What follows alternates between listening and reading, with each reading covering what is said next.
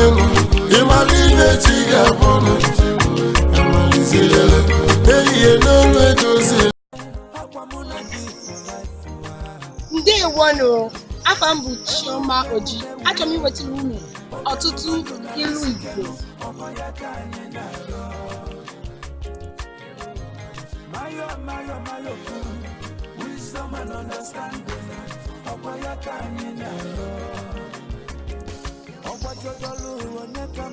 Afọ m bụ Chidera Arinze.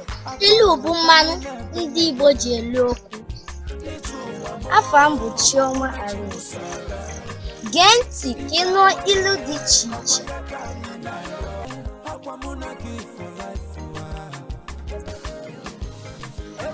Oge adịghị eche mmadụ. Time and tide wait for no one.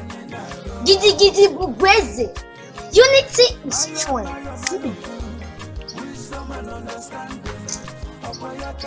Chọọ ewu ojii ka chi dị. Make a hay while the sun shines. Ebe onye dara ka chi ya kwaturu ya.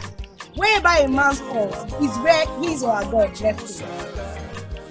Thank you for that beautiful episode of Igbo Proverbs Friday with Chioma Oji. Stay tuned next Friday at 8 for another splendid episode.